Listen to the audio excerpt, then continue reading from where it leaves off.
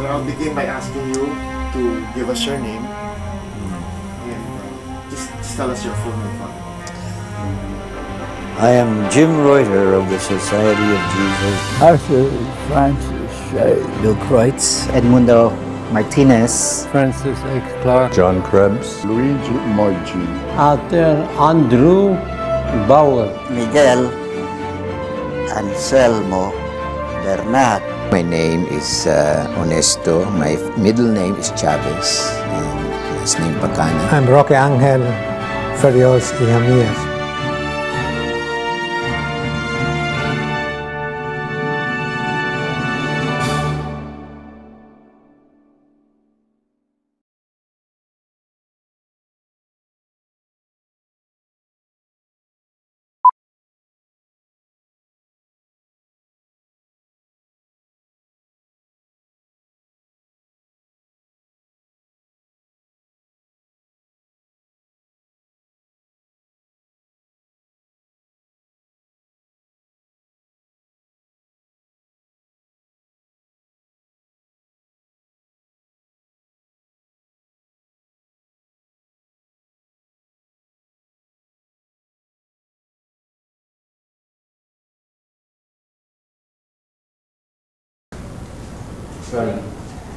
Okay, Father, let's begin by just, talking about you and your name, what you've been doing the past few years.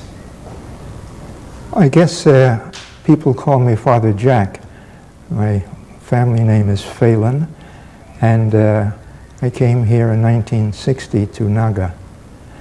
I had heard first about the Philippines when I was in high school. There was a certain Father Thomas Cannon who was assigned to the Philippines, but then made a sort of a journey back every few years to publicize different events. So he came to our school and mentioned about the Philippines, and a lot of us got excited about it, because he was an interesting speaker. And so that was the initial build-up, I think. And then the next was a flashback, because my mother had come from a far south place in the States, and my father from the north. They met each other when he was in military training, and when I told him, "You're about to leave," he says, "No, wait for me." And then after the war was over, he came home, and he says, "Nell, I have no job. Will you wait for me?" And she said, "Yes." Well, the two of them ended up in New York City, and I was the first child. And my mother was pushing one of these baby carriages, and she thought it was a park, this place. So she was pushing there every day in the sunlight, and someone told her, "That's a school. It's run by the Jesuits." And she said, "Oh, it's such a beautiful place. I want my son to be a student in that school." So that was another entry into the life of the Jesuits. And I guess the Jesuits have had a hold on me ever since I was a child, and I think. But the first opportunity to really get the contact with the Philippines was when we were in training in the Army, and we were supposed to, I estimate now, looking back, be in the invasion of Okinawa, which was not exactly a health resort. So at the last minute, Hitler started this big drive to wipe things out in Europe. So they transferred all divisions that were in a state of readiness to go to Europe. By the time we got there, that big crisis was over, and it became just a war of pursuit. Every day they gave you a map, and they said, when you reach the end of the map, stop, because they were really withdrawing into Austria in the final stages. So finally the war ended, and we said, well, I guess we'll be going back to the States soon. And then I happened to see one of these newspapers. The Army put out a newspaper, and it said 86 transferred to Pacific. We were the 86th Infantry Division. So I said, wow. So it was a build-up for the invasion of Japan. And on our way over, one day on the radio news on the ship, it said, special bomb was dropped today. I said, what? We didn't explain what the special bomb was. 3 days later, they said, another special bomb has been dropped. About a week later, they said, the war is over. The emperor has accepted surrender terms and so forth. So we said, oh great, turn the boat around, we'll go back. But that wasn't what happened, because I guess they were conscious of the intensity of the Japanese loyalty to the leader, and if he said, go and die for me, they would do that. No, are they all going to just stop because there was a peace overture here? Or be better perhaps not to make any invasion launch, but to put a small group ashore, 1 or 2 divisions, and then the General MacArthur was supposed to rewrite their constitution, and then after that they said, we better keep 5 divisions in ready reserve in the Philippines, just in case the kamikazes or whatever could possibly come up. So we landed in a very peaceful situation, and we didn't know where we would be going in the Philippines, but finally they decided they would split up the 5 divisions in different places. So our division was assigned headquarters Marikina, and our particular regiment was in Angeles, and our company was in Porac.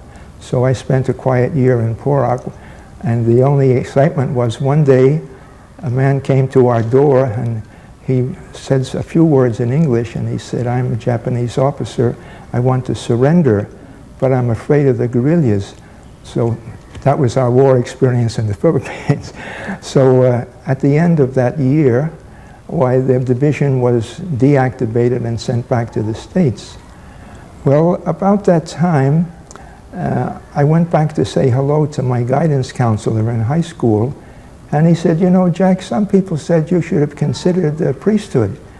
I said, well, I have thought about it, but once I was in the Army, I didn't have much chance to go further in that line. So what it was, I'd come back to talk to you and see what we can do and so forth. So about 6 months later, he said, you come and talk to me about sports and the weather and so forth. Then the last 2 minutes you say, I wonder if I have a vocation. So he said, how old are you now? I said, 26. Oh, you better forget that. Or try it now. The longer you wait, the harder it will be to adjust to a new lifestyle. So I thought about it and came back and told him yes. So then we were assigned to a novitiate, and eventually going through the years to philosophate and theologate. There were a number of Philippine priests or students there. So some of them said, we heard that you've been in the Philippines. I said, yes. Did you like it? Yes. You want to come back with us? Because we could use a few more. He says, okay. So I wrote to the provincial, and he said, okay, you're now assigned to the Philippines. So that was about 1956, I guess. So I was still in studies, and then after the ordination, we left and we went to Manila, and there was usually you ended up in Santa Ana. That was the entry point for an assignment. But for some reason, instead I was sent to Ateneo de Manila campus, and I met somebody there whom I had known in the seminary in the States, and he said, Jack, you'll like Naga. I said, what's Naga? He said, that's where you've been assigned. Oh, that's fine. And so the next day, a former high school classmate of mine, Father Beaumeisel, who was assigned already in the Philippines, he said, I'll be your companion so you don't fall off the plane. So we arrived in the airport, and we came to the campus, and Father Beaumeisel was looking around for something to describe or discuss. And he said, they have a fine gym here. That was the end of the conversation, because in addition to the gym, there were 2 wooden buildings, that was all. So I was wondering whether he was searching for a word or what. So that was one of the first recalls that I have. Then it was almost time for the assignments for the summer, if you want to go to school or something. So somebody said, you might try Tagalog, because you're not going to be in Naga more than 2 years, and if you learn some Bicol, there wouldn't be much use to you. So I said, I'll try it. So I went there, And Father McCarran, I think, was running a summer institute there. So I went through 6 weeks, whatever it was, and they said, well, you didn't do too badly, but make sure when you get back to Naga, you use Tagalog, even the little bit that you have, as much as you can. Well, I discovered when I came back to Naga that nobody spoke Tagalog in 1960 in Bicol. So that was the great mistake of my life. I never learned Bicol, and it's been a handicap in many ways. I don't know what the Lord does, but when somebody confesses in Tagalog or even Bicol, I just say, well, I hope I understand a little bit of this, and the Lord will take it over from there. So the end of the first year, full year, I had been teaching in third year high school. The graduation came, we were all sitting around, and Father Bob Rice, who was the president at that time, he said, we're going to announce the name of the new dean. So I started to look around on the stage to see who the new dean was, and he mentioned my name. I almost fell off the chair because I knew no one in the college. I had taught 1 year in the high school. So that was kind of an abrupt awakening. But it made me later think back to the founder of the school, Father Burns. Burns was the principal in Ateneo de Manila, and the bishop here was a little bit afraid of the current state of the Catholic high school of the town. And he thought that maybe he had gone to the Ateneo as a boy, and as bishop now, he could request if they could send a few people here to help out. The school itself had begun in 1927 or 28, somewhere in there, and the parish priest of the cathedral was told to build a school. So he didn't ask with what. He went and his relatives sold their land and they got a little money, and where the current area of the cathedral was where the new school was built. And they kept some of the teachers of the previous years of the school. And then after a while, Father Burns, who was the Jesuit superior, reminded the bishop that, we have a large number of students and not much space here, and you said originally if the school is, clicking, why you'd give us another building. So, oh yes, the bishop said. So Father Burns said, where? Well, he said, my relatives own this whole property here, pick out a spot. So it was dry season, and Father Burns took a couple of people with him, and they walked. There was no road at Ateneo Avenue, it just came through the Palai field, and they said, this looks pretty good here. Fine, so they started to fix the land a little bit, and about 3 weeks later it started to rain. They discovered they were in a swamp. This was not exactly the best place for the, but said, well, at least put up something. So the bishop had been before in Pampanga, and he had people build a school, which today I think is a university, Holy Angels, and he wasn't too happy about the zeal of the workers here. So he sent word back to his engineer foreman or whatever he was who had built the original. So at that point, Father Valdez' brother came down, Father Rudy Valdez, he came down to supervise the work, and they finished 2 buildings, what is now the Jesuit house, and then also the central building with the famous pillars. So they invited the seminary fathers over for a housewarming, and somebody turned on the radio, and they said, today the Japanese fleet bombarded with airplanes at the Pearl Harbor. So where is Pearl Harbor, they said. But they didn't have to ask long, because 7 days later the Japanese were in Naga. They had come in through Legazpi and no opposition, they moved right up.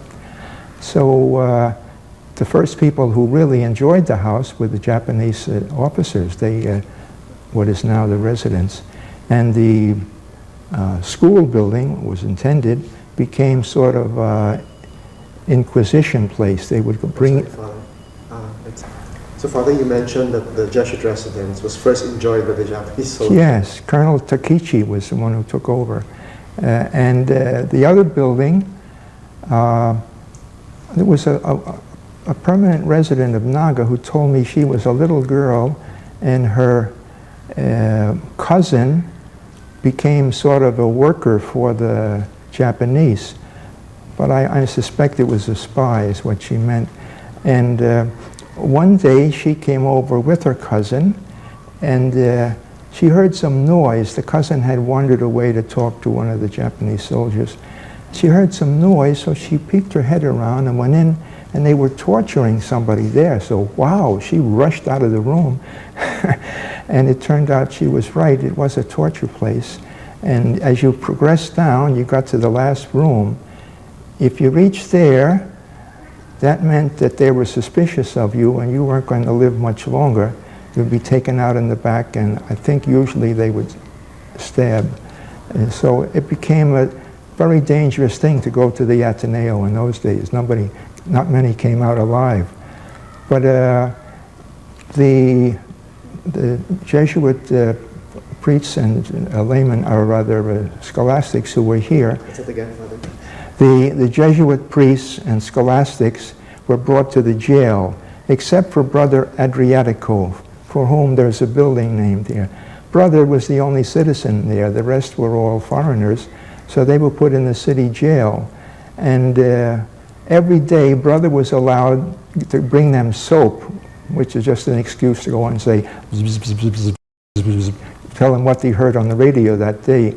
But when they discovered that Brother was a newscaster for them, he was no longer allowed to go there. And they seemed to be suspicious of Father Burns, who was the rector. And one day he was beaten up badly by the captors, so it was kind of an unhappy existence. But there were two young scholastics sent down from Manila, because in Manila they were impounded, I think, the Jesuits, but in their own school area, perhaps Padre Faura area or wherever, maybe Intramuros.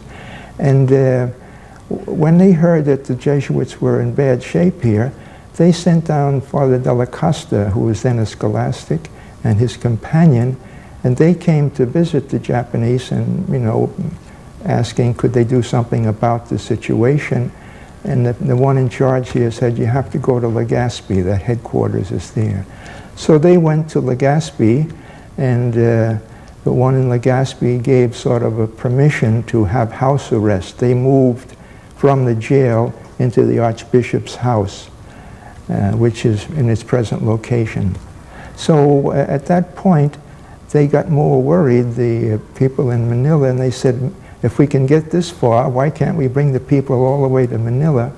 So they sent another try, and they did. They were put on a bus and brought to the boat, and the boat went up to Manila, and then they were impounded there in that place.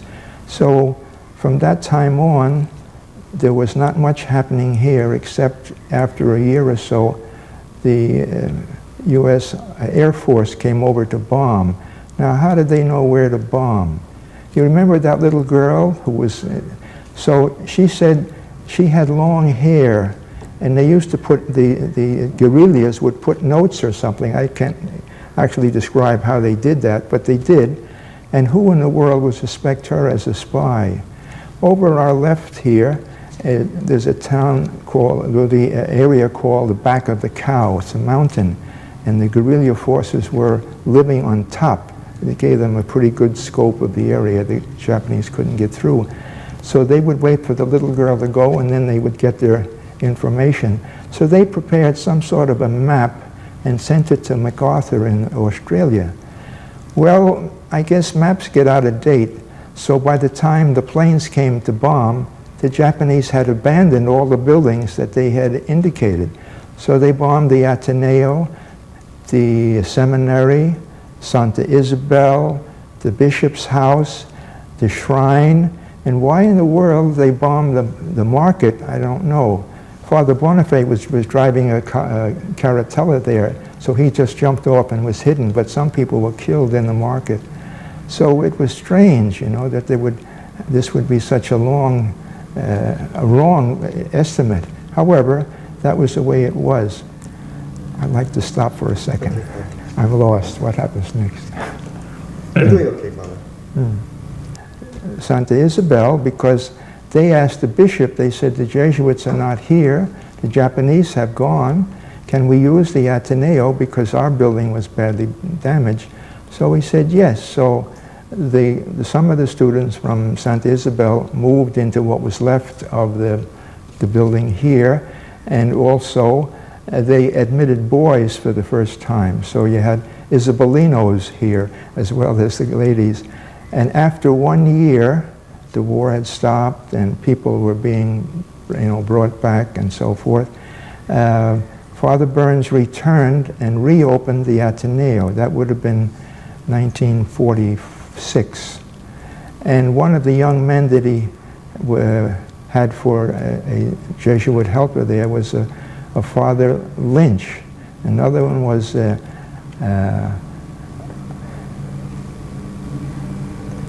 other one was Father Reuter.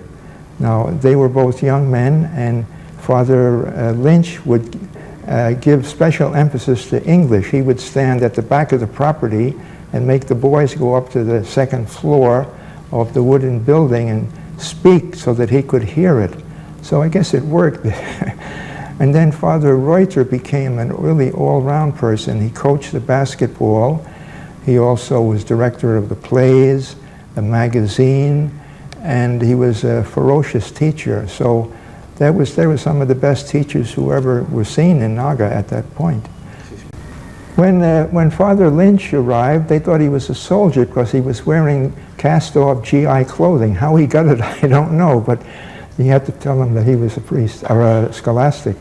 So there were only maybe 7 or so Jesuits there, and a couple of them played basketball.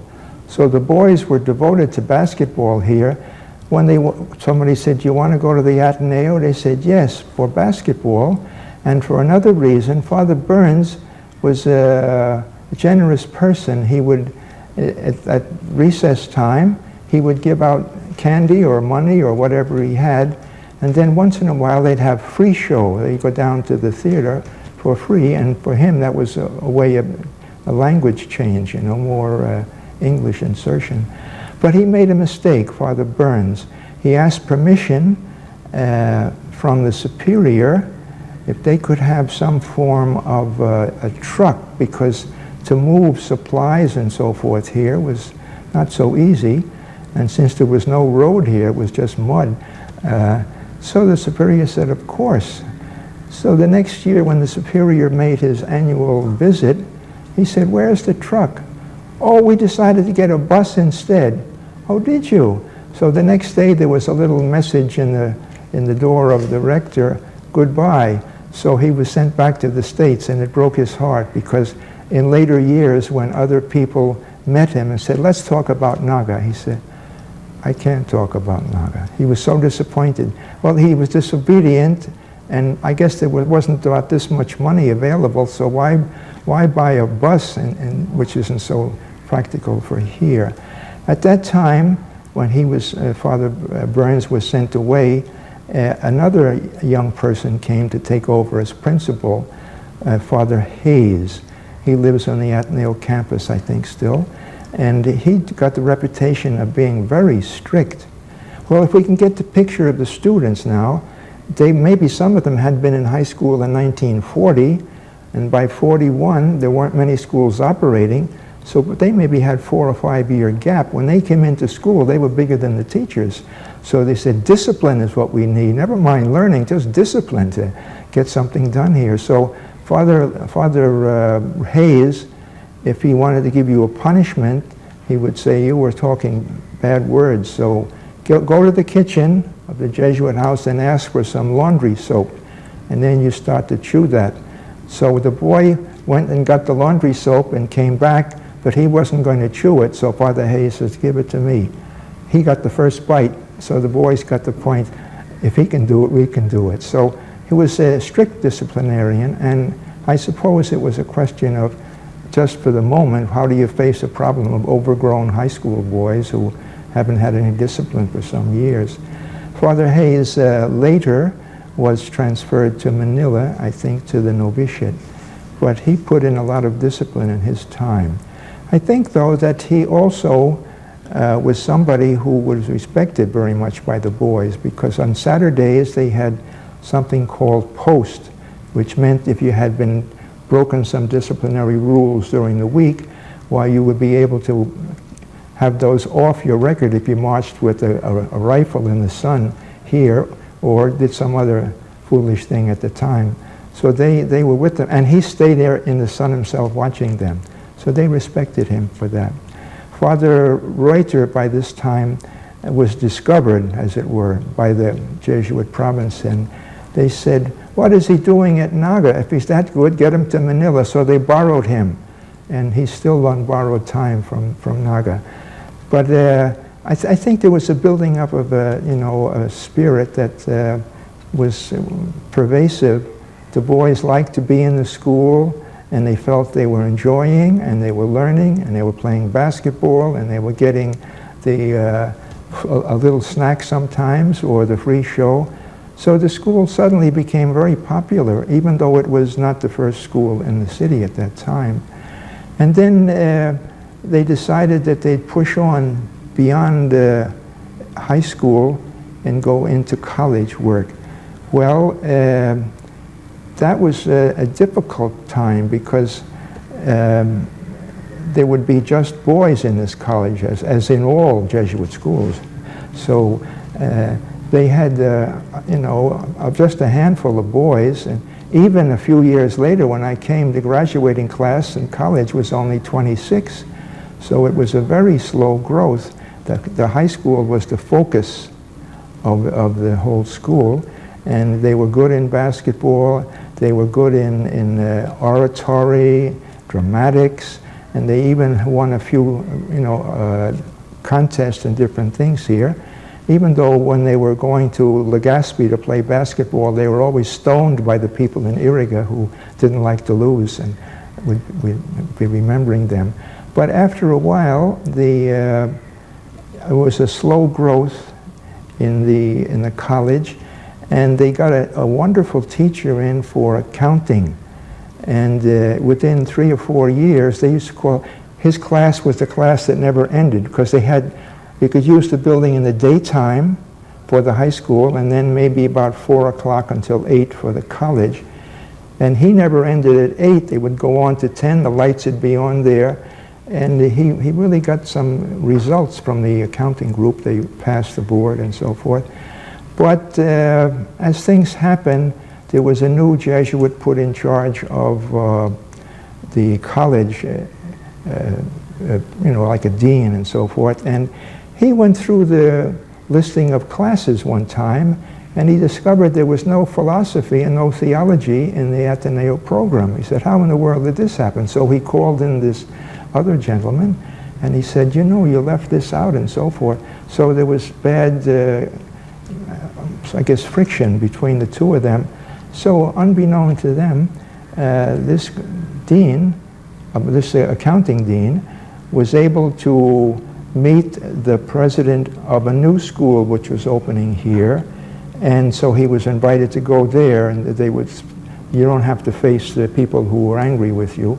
So he went there, and he brought with him his accounting faculty and all of the students. So the Father McNally, who was the rector of the place, discovered suddenly there was nobody in the college. So he went over to see the bishop, and he said, we're going to have to close the college. Oh, the bishop was shocked. Why? He said, we don't have any students, unless you let us have co-eds here. Oh, that was even worse. So finally they talked it over, and he gave permission to have co-eds. So the co-eds entered at a short time after that, and the college kept afloat. As the treasurer said, if we could get 600 students in the college, we can stay afloat. So that was the way things were for a while. And then the boys, I guess to show their manhood, went on strike in the school. Not specifically against the co-eds, but just to let them know that they were the powers in the school. So Father McNally was standing in front of the classroom building and looking down what was almost the street now. They had begun to do something about that. And he put his hand up like this, 10, which they interpreted, 10 minutes you come back or don't come back forever. So some did not come back forever. Although one came back later when he was vice mayor. But there was a gradual shifting from the high school is the most important feature of the school into something. So they began to try the same tactics on speeches, basketball, and so forth for the college now. So the high school, in a sense, were on equal terms, but somewhat secondary choice. I think, though, that by that time people had some respect for the school, not just because they gave free show and ice cream or whatever, but they saw, like Francis Garcia-Turena was one of the graduates in the Sandigan Court, and a lot of people were making headlines in politics and so forth. So they more or less were able to do, except one thing. When the new provincial came in one time, he discovered that the school had never done certain things which should have been routine, you know, like having the records and the what would you call it, the consultors and things like that. What they did was they used the Jesuit consultors of the community, Jesuit community, and not special consultors for the school. So the provincial was Father Bernas, and he said, I'm going to send a man there to you to make you legal at last. So he sent a young man named Father Fuentes came here. Father Fuentes had a lot of experience in Cagayan de Oro as a high school principal. So he came, he asked for the name of one of the co-eds who had graduated and gone through law school and so forth, not here, but in Manila. And he said, can you help me make us legal? So she did a lot of the paperwork, and so we became a legal entity after all those years, it seems. Now, at that time, Father Fuentes had done a lot of inspecting of all the high schools in the Philippine Province. He was under command to find out especially what should be, anything to be changed in the curriculum and so forth. So he had a real scope of the whole Philippine Province for that. I think I need to rest a little. Okay, Father, earlier you mentioned that Father Frank Lynch came here. The people thought he was a soldier because of what he was wearing. So what happened when you, a real soldier, were sent here? Well, he had come in the 40s, late 40s, and I came in 1960, and the people weren't so conscious, I suppose, of that, except if they found out that you had been in the war or something, and then they always wanted to, they looked at you in a different way. But my experience here was not so much about war, but what would we call it, the climate, because I arrived in July, which is a kind of a sticky month, and we wore sutanas all day. And after the first day, I just dropped on the bed. I wondered if I can adjust to the climate and so forth. So Father Bowler was the principal when I arrived, and he said, I had Mr. Arcilia be with your class now for a couple of months, so you'll be introduced as the teacher. And so I was, and they said, we'll celebrate with an excursion to Pasacao. So we got one of these little buses here, and the class went out, just the class went out there with Mr. Arcilia showing me what to do, how to step off the bus and things, these essentials. And before we got out of the bus, somebody was shouting for help, and it was a cross current in the place, and apparently the boys all just rushed in, and they were only third year high school. And they didn't realize it, so Mr. Arcilia rushed right down, and he was pulling boys out of the river across there. And the next thing we knew, there was a head count, 2 were missing. Finally, one was located a little bit down, but the other was not seen until maybe a couple of hours later. Some fishermen found the body and brought it back. The guy was dead.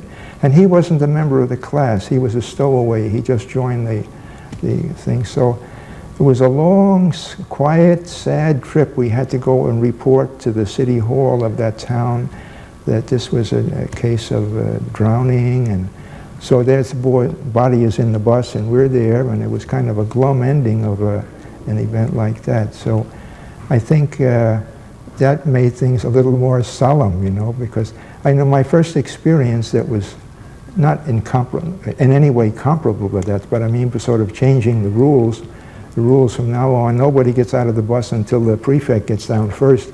But in the classroom, one day when I was, you know, trying to say something, this boy stood up and walked out the door and expected out over the banister. He just, you know, oh, I brought him back in. I was going to instruct him on the rules of a gentleman. So, but he wasn't very upset about that. But it was a little bit of an adjustment in certain ways. And I found the weather hard because I was, you know, in the soutane. That's like wearing a blanket all day. But after a while, I didn't mind it, because as we got into the cooler weather, we had typhoons, another new impression. And finally, when I was promoted by Father Bryce to be the dean of the college, I didn't have to be rushing around so much with the younger boys. It was dealing more with, you know, more mature people. And I wasn't sure of what role I should play, so I said, shall I be very strict and so forth? So I was like, there was a meeting in the assembly hall one time, and I noticed somebody casually smoking during the meeting.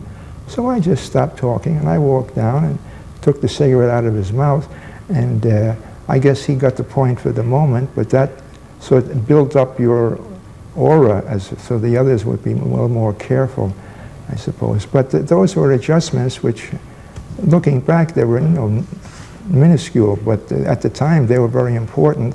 Then the next day, the mayor's son came in drunk, so I said I'd better do something different this time. I sat him down in my chair, and I went and got some coffee for him so he'd sober up before he went home. So it was a psychological adjustment, I think, for a long time there. And I never really knew what the pupils, you know, they would ask a big important question like, do you use pomade, Father? So I didn't know which way to turn for a while. But after a while it became sort of, you know, adjustment was easier, and I don't think I ever did things the way I was supposed to, but I wasn't aware of it, so for the most part. Father, you've been here nearly 40 years in Naga, no? That's right. Could you probably share with us some of the highlights you consider highlights in your life here, in your work here as a Jesuit? Yes. Perhaps some of your more memorable experiences. All right. One of the people that I remember was a rather small father, and his father Alingao. And for some reason he was put in as principal. Somebody had gotten sick and so forth. And he was the meekest of men, you know, in a sense, although he had training with the Boy Scouts and different things. And there was a person who was chosen for a job in the faculty, and at the end of the year, Father thought that he should be removed from the school, so he fired him. And the person took a court case against him, and the one who was the head of the school at that time had gone for some assignment to Hong Kong, and they sent a message, you have to come back for this hearing. You were the superior of the school, therefore you're responsible for what the principal did, Father Alingao. Well, his reaction was, my experience with court trials is there's always a postponement the first 12 times, so I'm not going to make a trip from Hong Kong just to go to Naga and then have to go back again. So he never showed up. So what happened? The plaintiff won the case, and that was a shock, of course, to Father Alingao, who thought he was doing the right thing and so forth. So eventually he went into parish work, and he was in Bukidnon, and he put up a news what would you call it, like something you just write the news on the board outside the church. And he got a reputation there among the people who count like mayors that this is somebody who's going to be hard to handle. He's on the side of the poor and so forth. So he got warning notes. And then finally one night, somebody was knocking on his door, and then the voice was familiar, the houseboy's voice. But what he didn't know, there were 3 other men with the houseboy. They had seen him outside and went up with him. So they opened the door, and then whew, they killed Father Alingala, the meekest of men. So that made you wonder, you know, what are the powers that be? You have to play ball, or how do you handle a situation like that? So it was a surprise. Also, a little bit later, Father Millar was the dean here, and eventually rector. Some of the boys in the school said, "Father, you know, we're doing okay in class, but I think we could do more. Could we use a classroom at the end of the day, or maybe at 7 o'clock?" So, he was feeling very good about that. So, until one night, the visiting speaker for the night came in, and with him was a fellow wearing an overcoat, which was not exactly necessary at that hour of the day. So, when they started to go up the steps into the building, the wind blew the coat open. He was carrying a rifle. So somebody got suspicious, and they said, "Father Millar, you better investigate this. It looks like it's a teach-in, and it's taking place in the school." So he was more or less aware of, I guess it was a genuine desire to help on the part of many young people, but they felt that the way to do it was through the NPA, not through voting or whatever. So one day, this is a different event, he came to class and there was no class. There were no students. So he said, "What happened?" He went around the classrooms and he found there class canceled, and his name was signed in all of the classrooms in the building. So this was again... Excuse me, Father. Okay, Father, could you share with us perhaps one of your most rewarding experiences here in Naga, having worked here for 38 years? Well, one time I was told by the doctor to have an operation in Manila. So I went to the hospital there and had the operation. Then I was amazed to see some of our students come into the room. So that would be from Naga to Manila. Now maybe there was some other reason for their being there, but they came, and I think if I was in the hospital 3 days, every day there was somebody there. It sort of showed an interest, you know, something like that. I don't know if there's sort of you're flat on your back and you don't feel good and you see a familiar face, why, it's a little bit of help. But I was talking to Jean Lurlin this morning over the phone, and she mentioned that you played a very important role in their NGO, the Bicol. No? And perhaps you can tell us more about your work with this group of CLC members. Well, a number of people here joined the Christian Life community in an active way. They used to meet regularly, and they were following a couple of things. One was prayer, and the other thing was, what can we do to help? And as that grew, they needed to have several Jesuits around to help them, you know, for their prayer sessions. And I was one of the ones they asked. Father Bob Hogan, I think, was much more influential, but he wasn't always available. So I got to know them well. Now, over the years, they have gotten into something like Pog Bicol, which was a practical result of their interest in people, and they were able to go to a place somewhere near here, which the government had given money to the people to take charge of the growing of trees, forestry. So instead of letting the others do it illegally, they did it and they got paid for it.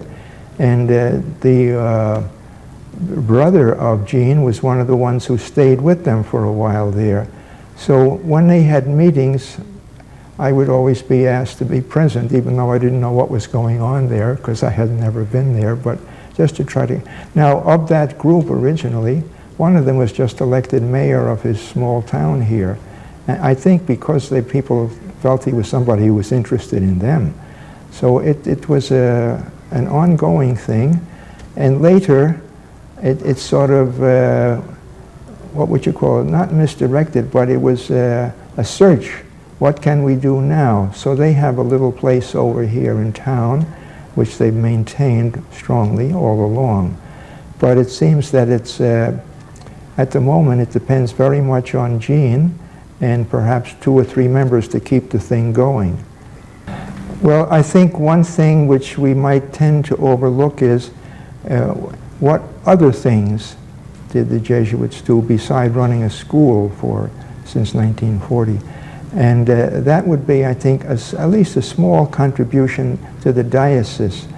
We're available to the people who wish to have retreats or even coming for confession, or they come and say, my father is sick and the parish priest is not able to go and anoint him before he dies. So there was sort of a behind the scenes over the years that they know if everybody, like last week, the priests were on retreat, so they didn't have anybody to run things, and they would ask some of the fathers to help out, you know, saying Mass in their parish. So this was what wasn't exactly a sensational thing, but it was steady, and they knew that they were there. Father, I guess it was Father Vinnie Towers, volunteered to say the First Friday Mass in the cathedral every month, and then also every Sunday, Father Benoan now says one of the Masses there. So that's a quiet thing. But another element of that is if people want advice about something, seems they would prefer to go to a priest who doesn't know them and who would be liable to their relatives and so forth. They just want to find out what's best for them. I think they would feel very much at home in the Jesuit house. So you would say, Father, that one of the contributions of the Jesuits here now is precisely as advisors to people? Yes, yes. And always available for confessions, or what do they call, couples for Christ need a priest to be there for something this week, and our fellows always say yes. Father, earlier you mentioned that, the beginnings of the Ateneo de Naga, how there were only 2 buildings and so on and so forth. Then this morning we went around shooting the new buildings, and there's been a tremendous change now. And you have been a witness to this change, especially these past few years under Father Rolly Bonoan. So is there anything that you'd like to say about everything that's happening? How do you feel about what's happening, and what do you think is in store for the future as far as the Jesuits here in Naga are concerned? Mm-hmm. Well, I think it's true that there has been an enormous development of the buildings and the opportunities for the students. The Father Benoan, when he arrived here to succeed Father Jean Moran, was told by Father Moran, Raleigh, you've got to make a decision soon. You have to decide which will be closed first, the high school or the college. And Raleigh said, maybe he'll reopen the graduate school. So there was something else besides quitting. He wanted to go on and do more. So he was fortunate that he arrived just before the 50th anniversary of the school. And he got great cooperation from the alumni. I think we have an unusual alumni here. As they say, the great successful ones all go to Makati, but they don't forget where they came from. And then many are abroad. We have chapters of the alumni in Los Angeles, in San Francisco, in New York, in Toronto. So they remember, they're the ones who send back check for scholarships and so forth, things like that. And I think that's instilled in them because they feel that they profited from their days here and they like to help others. So it makes you wonder. When I first came here, the treasurer said, if we could only get 600 students in college, we could continue. Now we have 6,000. I'm afraid that we've grown too fast. I really don't figure that we're really on top of things the way you would be in a very small context. So, you know, it's no secret that there are problems now about pregnant co-eds and things like that, and it seems it's something that has to be, what would you call it, anticipate. What would their needs be? Well, if you have 26 girls in the school, it's not too hard to interview them, but if you've got 3,000, that's another step. So I'm a little afraid we're in danger of building buildings, but not people. Father, you celebrated your 50th year as a Jesuit yesterday. You know? Perhaps you want to say something about this as far as your living here in Naga and the Philippines are concerned. Yes. Well, I often wonder, supposing I did not come to the Philippines, that I had, you know, be teaching school in New York, and I really don't know how things would have been to be there, because I think I wrote once to the provincial when I was going to be assigned for Regency, you know.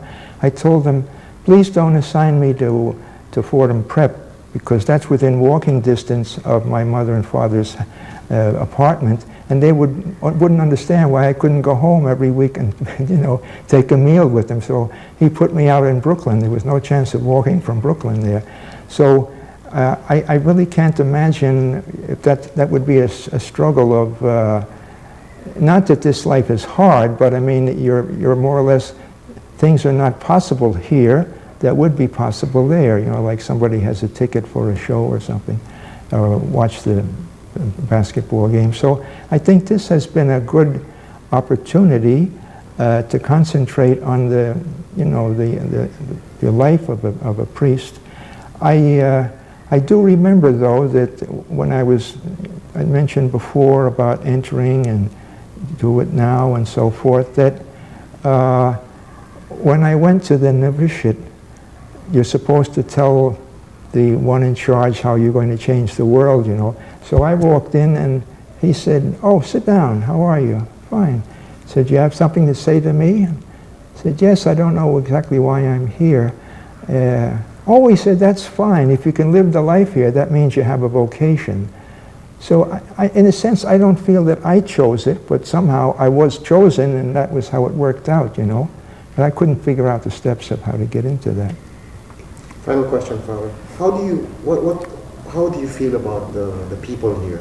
It seems that you're very close to many of them. You know? Yes. Perhaps you'd like to describe your impressions of the Bicolanos, or maybe the Filipinos in general. Yeah. Well, I think that one of the keynotes is the warmth, the life. People they celebrate events, and they are very responsive to need. And I think there's a dimension here which you don't find in other places, namely abroad you can be just, I'm for myself. But here you can't very well be that way because you're signed up for this or that because it's part of the family tradition. So there's a great warmth, is my one, you know, noticing of it. Yeah. And of course, I guess a lot of that somehow works out of the religious aspect. For example, here, the devotion to Our Lady, and I mean, speaking objectively, a novena is not the most important thing in the world, but if you arrange one, everybody is there, you know? So it's a different, what we call it, availability to others. That's the thing that I find most noticeable. Father, you want to add anything else? Maybe perhaps you thought of something else that you wanted to include in the interview? Well, I'm very impressed with the young Jesuits, the ones who are coming to relieve the present situation, because I think there's going to come a time when the Jesuits can't run all these schools, at least the way people live and die and so forth. So there may be more important apostolates now, or your field, you know, the communication field. One man can do so much with machines than 50 teachers in 50 classrooms. So I think it's time to get a future view. It's not how many men do we have, but what can they do best to influence this particular area? And I think that's, you know much more about it than I do, but When I think back, you know, the time when there was no television, radio was a little bit difficult, and now you have instant flights with planes and so forth. All of these have developed so fast that I think we should more or less, for a time, just back off from what has been the picture of schools and more schools and more schools and more buildings. Are there other things that are needed? Final question, Father. If you had all the alumni of the Ateneo that are gathered together and you had the chance to talk to them and tell them one thing, what would you think would be that one message? Well, I think their lives were changed because they came to an attitude toward life here, which was largely, you can do it. You might not be the best speaker in the world, but if you practice, you're not the best basketball player, but you practice, it's within you to accomplish. I think that they have realized that, I think. Just, you know, sampling people from, I don't know of any other country in the world that has so many people in different parts of the world now, and surviving even under difficult conditions, so the Filipino can do it. Thank you very much, Father, for that interview.